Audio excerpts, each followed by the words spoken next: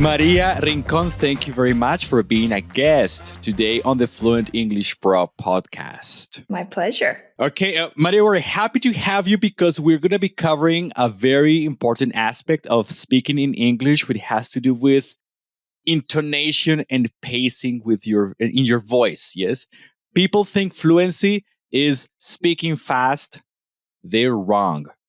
They're absolutely wrong. Fluency in English is not speaking fast. There are other aspects that come with having good fluency and communicating properly. And that's what we're going to be covering today. You are an expert in public speaking. So before we dive into the topic for today's episode, tell us a little bit more about who you are and how you got into public speaking. Awesome. So I do share some Colombian roots with David here, with you. I was born in Colombia to a Chinese mother and Colombian father, and we immigrated to Canada when I was 7 years old.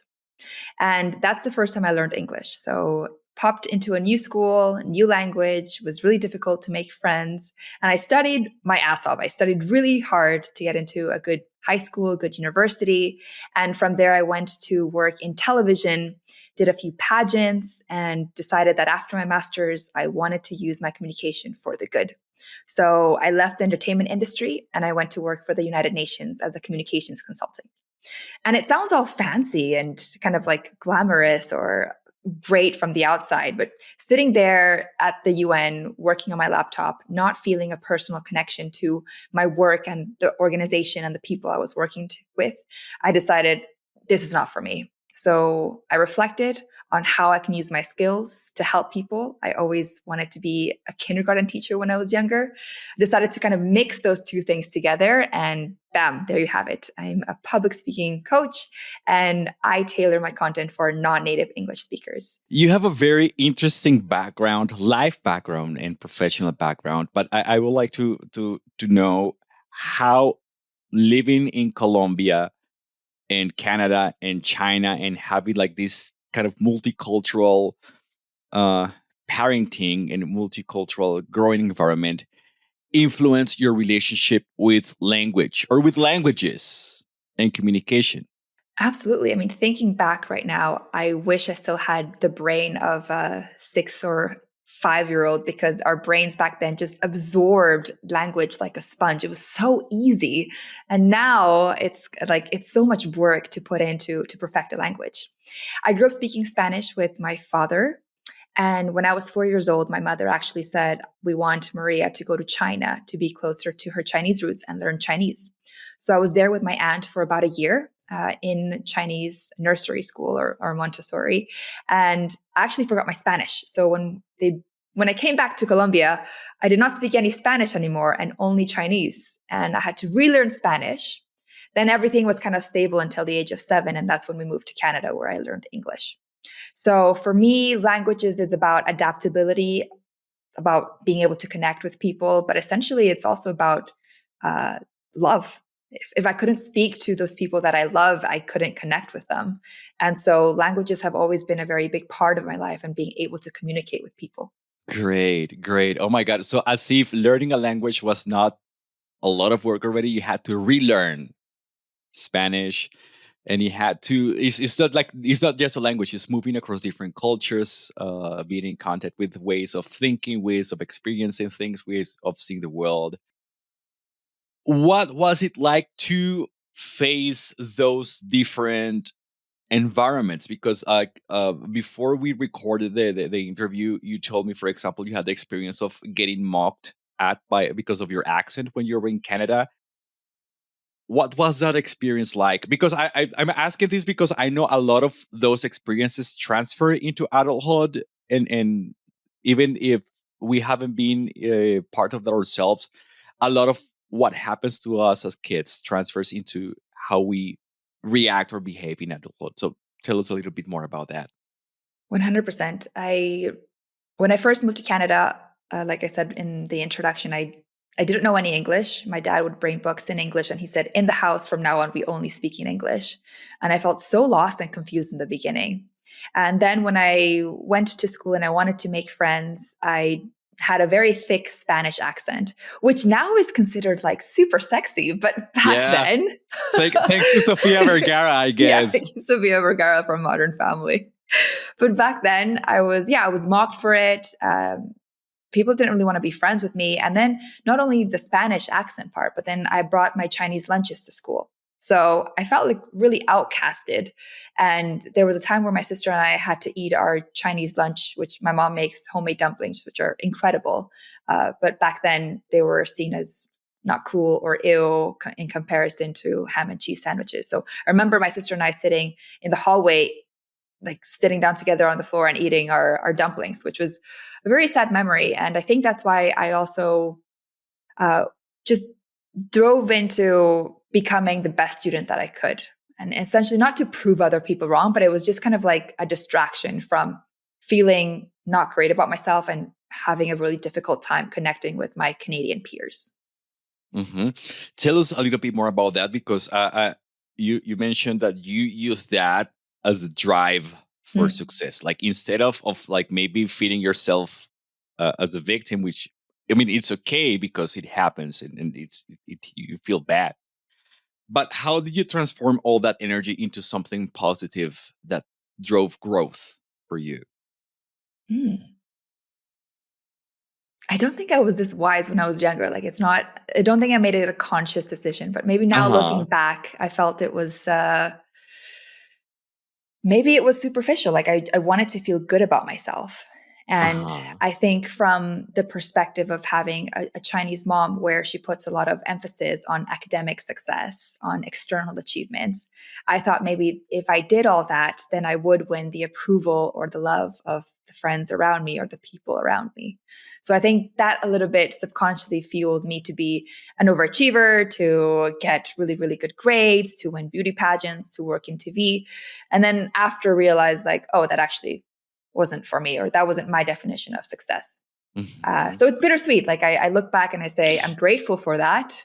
But it's also has a deeper level. Yeah. Yeah, yeah, yeah. Oh, thank you for sharing that, because I know it's a very personal aspect of your Hmm. life. But yeah, I totally understand. Sometimes I think there are good and bad things out of it. Like, when it comes to like professional success and academic success, like, okay, you thank your parents for that. But your inner kid says, "Oh my god, like, that was a lot of pressure. It was a lot of Yeah. pressure." Yeah. All Mm. right. All right. But let's drive into a different topic. Let's go to a different topic, because that's a very personal thing. Based on what we just spoke about, you mentioned part of the coaching you do is addressed towards the inner child. Yes, you coach people in public speaking, and part of what you do is help people with their inner child. That's why we just had like the previous conversation, just to get here, um, and see how those experiences shape or communication. Why do you address the inner child when helping a professional or an executive improve their public speaking skills? That's a beautiful segue, by the way, from the previous conversation we had. So for me, it also comes from a personal experience. I know that when I went to preschool in China, I went to a Chinese educational system. And when I compare that to my sister who went to Montessori in Colombia, we have very different mindsets. So I have a perfectionist mindset and she has a growth mindset. Essentially, perfectionist mindset, I'm very hard on myself, I'm overachieving, I feel like mistakes are something I should be ashamed of. And for my sister, mistakes are okay, they're part of life, I'm growing, I'm learning. So I saw that in the beginning with myself. And when I started coaching, I realized what could be the best way to create a supportive environment for my clients. And after doing a pedagogy, a little bit based on child development and psychology from Stanford, I realized that positive psychology plays a tremendous role in helping people grow because, number one, 75% of people in the world are afraid of public speaking. And number two, a lot of it, I've realized throughout the sessions that I've done, it's all about building confidence. So it's not so much about the outer skills, which I do teach to my professionals because they're engineers, legal counsels, maybe directors, CEOs, etc. But behind that, there's always that inner child, just like little David little Maria. It's that part. It's a psychological, emotional concept of the creative parts of us, the sensitive parts of us, the vulnerable parts of us, the playful parts of us. They're always inside of us. And what I like to do is I bring that out in our classes to make it more fun. We create a positive association with public speaking, but also help my clients not take themselves so seriously because they are so high achieving, because they put so much pressure on themselves. Yeah, I think part of being able to communicate freely is being a kid. Yes, Because when you're a absolutely. child, like if there's music, you dance. If Yeah. somebody asks you a question, you don't think about the answer. You just say whatever comes to your mind. Sometimes it's something very politically incorrect or something crazy or something, but you just say it, you don't think about it, and you just communicate very easily. And I think we bury that, like we get, Absolutely. yeah, we bury that deep inside as we grow. But it's still there. Just as a side comment, Hmm. I used to work with adults teaching them English, and my teacher trainer, she told us, play games with them, Hmm. give them like happy face stickers on their notebooks, and you will see how they behave. So I had these people who were older than me, Ha. 40-year-olds, 50-year-olds, and I was like giving them stickers, and whoever didn't get that sticker will come to me and demand that I gave them a happy face sticker.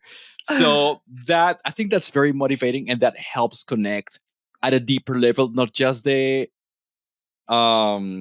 practical or the, yeah, like the technical use of a language, but also how I connect to it. Absolutely. And did you feel like they learned better too?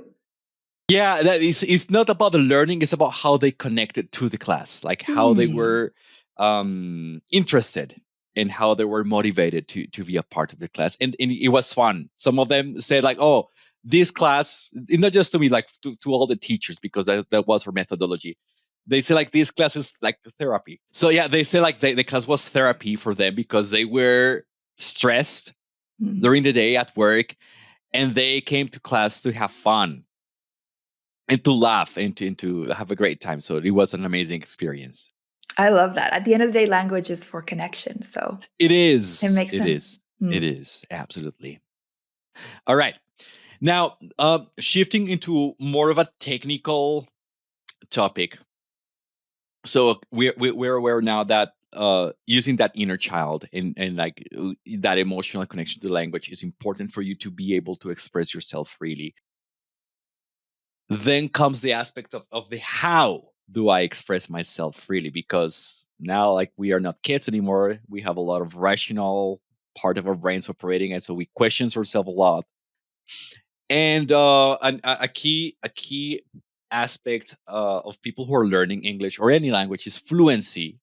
And as I mentioned in the beginning, people will think that fluency is speaking fast. Yes, people are concerned about it because, like, if they are perceived, or they think if they are perceived as more fluent, they're going to be respected more or understood more.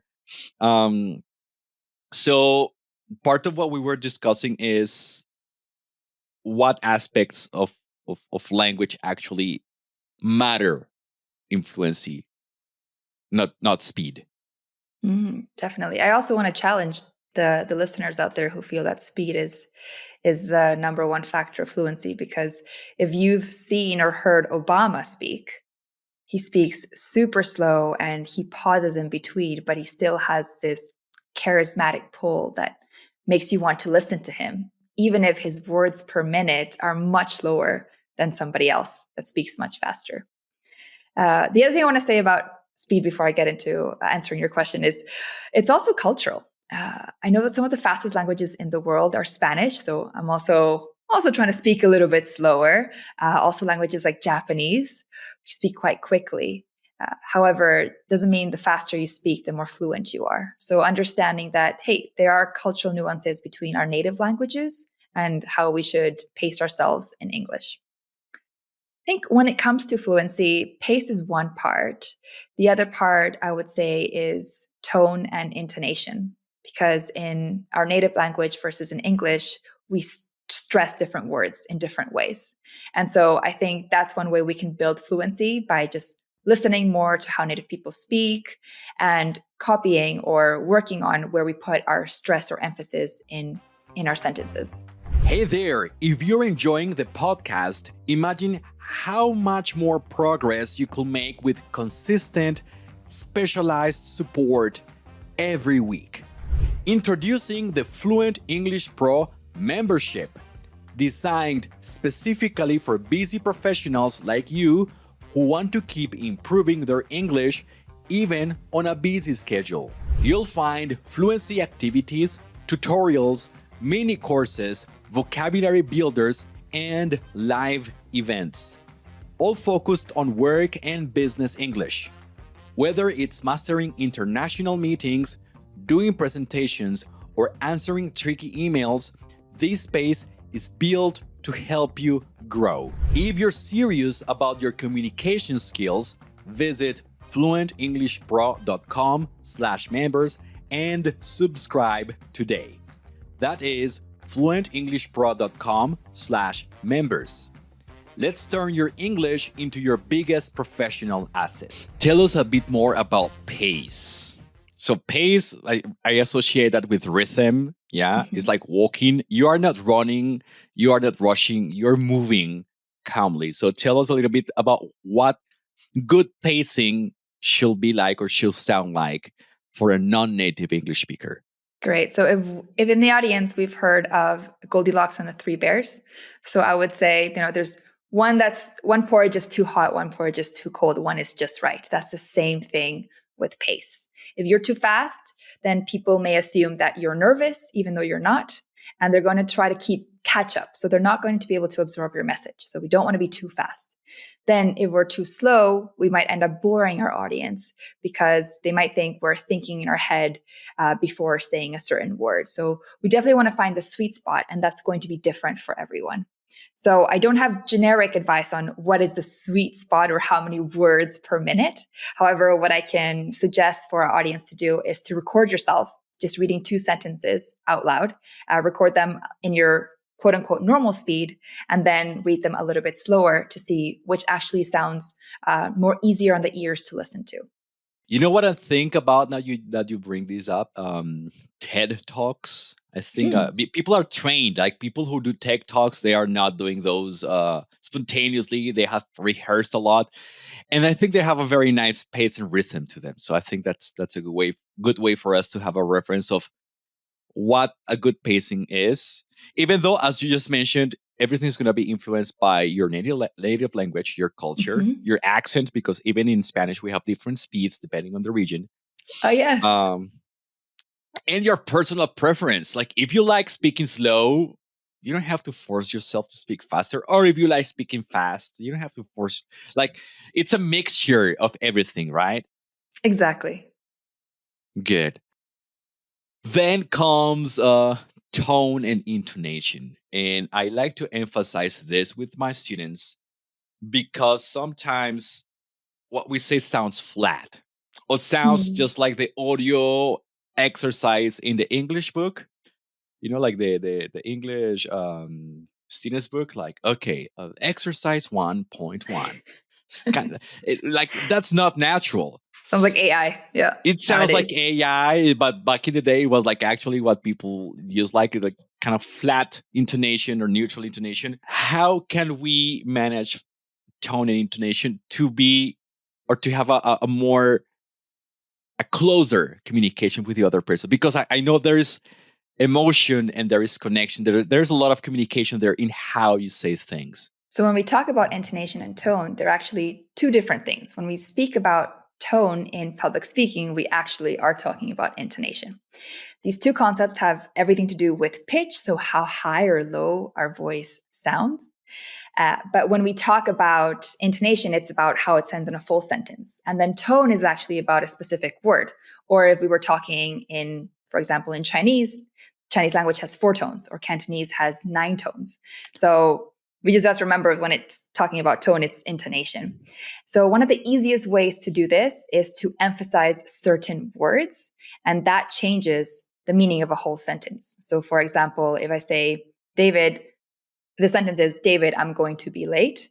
If I emphasize, David, I'm going to be late, or David, I'm going to be late. It changes a little bit of the emphasis. So Another that will be way, tone. yes, that That will is, be yeah. tone. Okay. And then the other thing is to put in some emotion into how we're speaking. And one of the easiest things, actually, we can try that right now. One of the things I teach my clients is to work on reaction words.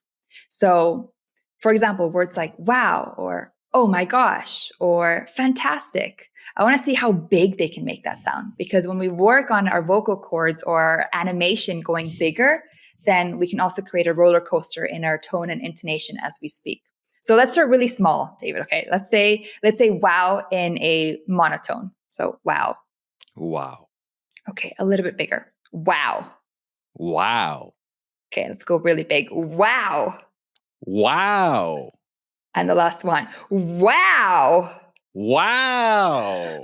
Amazing. So that's just a fun way to practice kind of seeing how you build emotion into the way you speak and exaggerating a bit and knowing that when the time comes, you can bring it back a little bit. Thank you so much. I would like to emphasize on the listeners that the words you say are only part of the message. Yes, the tone, the intonation, the pacing also convey information. Yes, if the pacing is too fast, it might feel like you are nervous or you're rushed. If it's too slow or very slow, it might feel boring. So we want to have that like happy middle.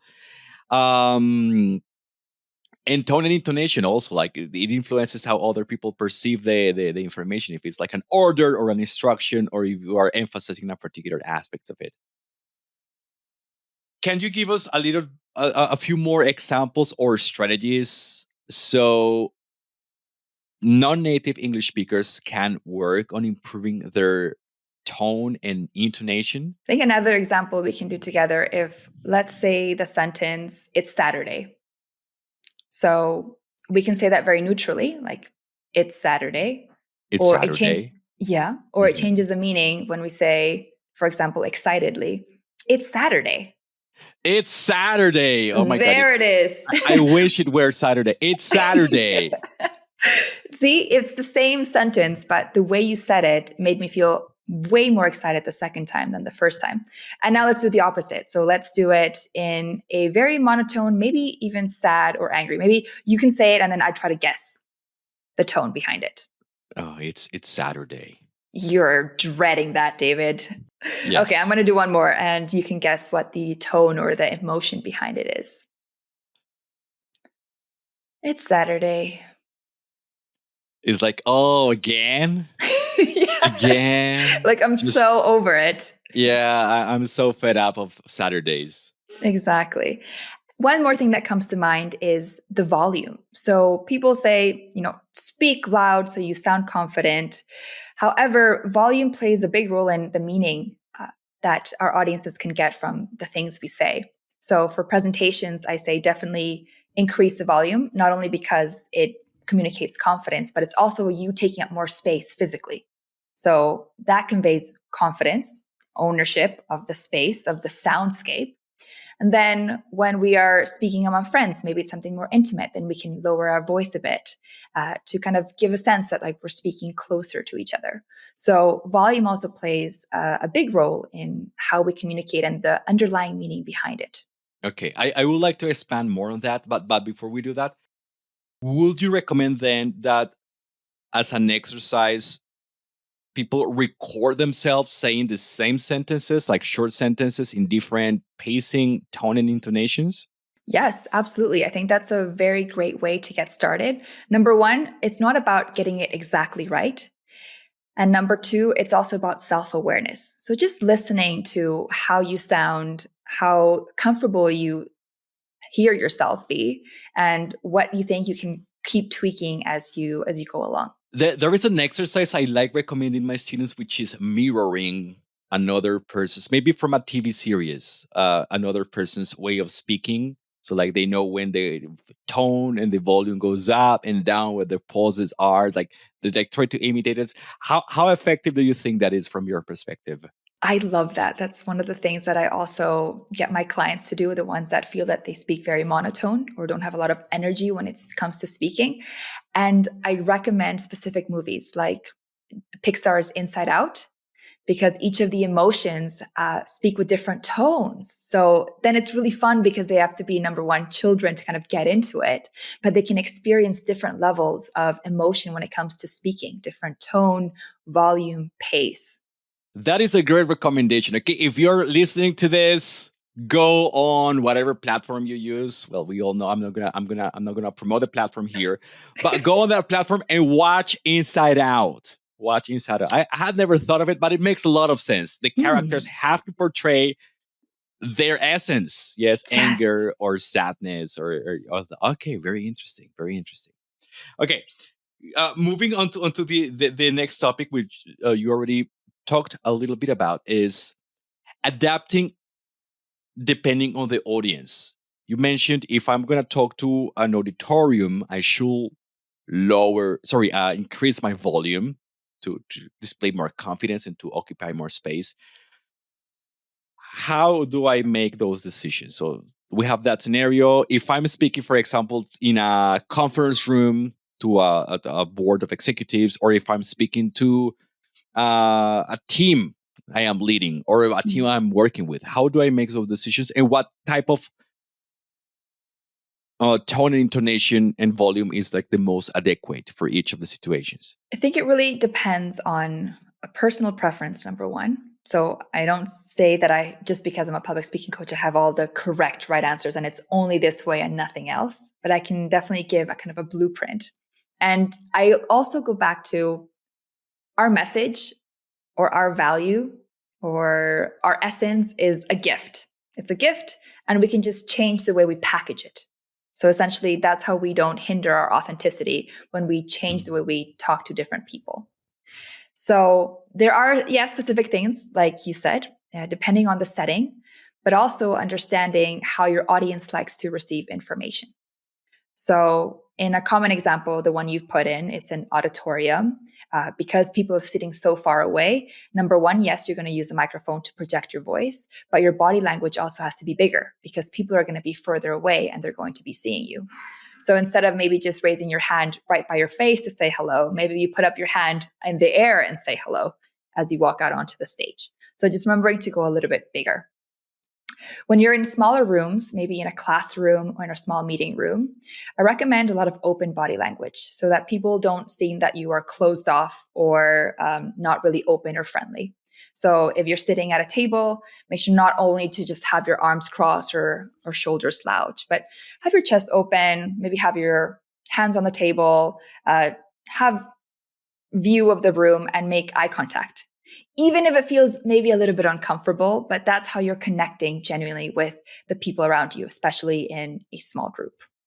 And then the other one is, I would say, more of like a cultural nuance. So maybe you're talking to a manager, a team leader, an executive. Of course, have a bit more formal language to convey that, hey, you're a professional, you're good at what you do. And then with your colleagues, you want to make it more about approachability, trust, and you can show more personality there. So it's about keeping your essence, but not being afraid to play around with how you communicate in different settings. And there is no right or wrong. I want to bring it back to what you said. Like, it's also about that inner child and connecting and not putting so much pressure on ourselves, even if we make mistakes. Thank you. Thank you for bringing it up. Yeah, sometimes we expect like cookie cutter solutions or like magic formula solutions for things, but no, like we as people who help other people to communicate, in your case in public speaking, in my case like to develop English communication skills, it's about how you integrate the context and your own personality and your own way of communication. So see how that works. And I think part of it, Maria, is also like learning how to read situations and how to read the people around you.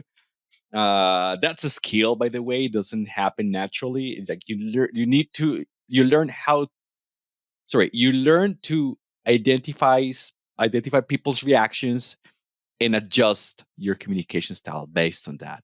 Absolutely. I think the classic example is if you're giving a very long presentation and people are either yawning or looking on their phones, and you know that it's time to bring something a little bit crazy in or wrap up your presentation, because then obviously people are tuning out. So it's also about learning that skill to read the room. Absolutely.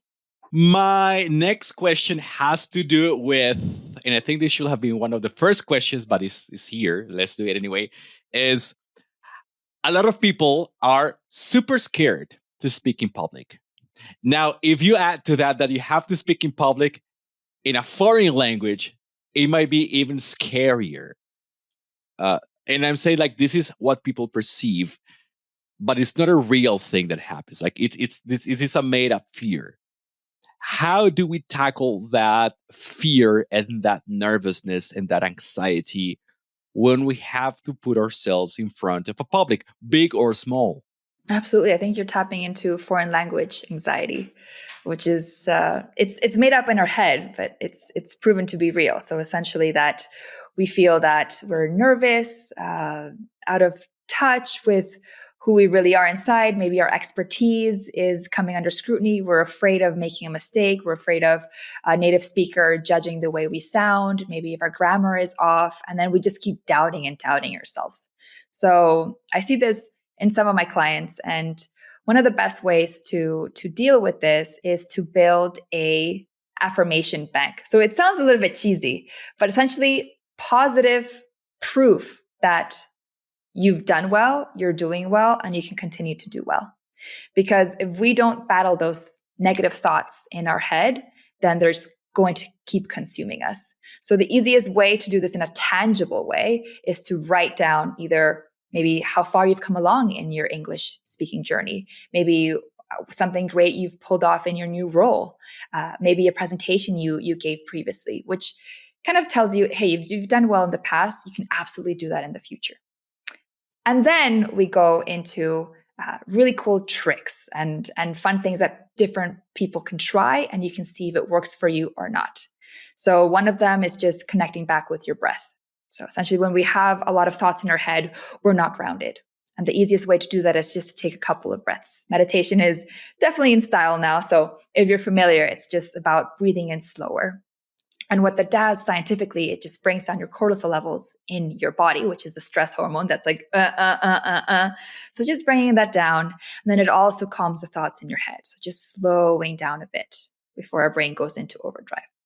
Otherwise, if you're someone that has very sweaty palms, the heartbeat's racing really, really quickly, and maybe your throat closes up when you're about to speak, probably have a lot of adrenaline in your body. And what you're going to do is to get rid of that excess adrenaline in your body by doing some jumping jacks, going for a walk, doing some exercise to release those bodily symptoms so that your mind can be calm before you start speaking. So depending on maybe what works for you, I would say try a few of these things. And from there, continue to build that positive reinforcement into what works well for you and what doesn't. Mm-hmm. Okay, so what we have to do here is experiment with potential solutions and be aware that fear or anxiety is not a barrier for you to do things. I mean, you can still be nervous. That's okay, but you can perform and look great and sound great, even if you're nervous or even if you're scared. Yes, absolutely. And the other thing is, your brain doesn't really know the difference between being stressed or scared and excited. Like it's still the same bodily reactions. So if you can just tell yourself, I'm excited, and nervousness actually means that I care about what I'm doing, then hopefully you can just step by step continue to build confidence in smaller settings before you move on to bigger settings. Okay, Maria, I like there's so much we could cover. It could take us hours Yes. and hours and hours because it has to do with your English skills, but also with your personality, but also with your culture, but also with your inner child, and also with it is so many things. It's a process. Yes, it's like for our listeners, it's not something for you to be stressed about, like, oh my God, now I have to do this and that. This it's a step by step thing. I know people want to learn more about this. They want to improve their communication skills, connect better with themselves first, so they can connect better with their audience. And I'm sure you have a lot of content around that, and you can offer a lot of guidance around that. if people want to go dive deeper into these topics, if they want to learn about more about how to connect better with themselves, to communicate better, how to be better at public speaking in a foreign language, maybe Mhm. English, maybe a different language, where can we find you? Where can we follow you? Absolutely. It'd be my pleasure. So you can find my website, www.publicspeakingwithmaria.com. I'm also quite active on LinkedIn. So that's Maria C. Rincon. And I just came out with a free 4-day email course where I cover the gold nuggets of clarity, voice, body language, and mindset. So if you want to learn more about public speaking, how to become more confident in yourself, when presenting in English, please do sign up for that free 4-day course. Great. Where do we find the course? You see the link on your website? There's a link on my website, and there's also a link to it on my LinkedIn. Okay. So for those listening, make sure to go find Maria's site. The links are going to be here in the description of this episode. So you go there, check her content on LinkedIn, check her content on her website, and subscribe to her free. It's free, right? Yes, it's a free It's a 4-day free email email course. course. It's a free email course. So it costs nothing. Just go there right now. I'll give you 30 seconds.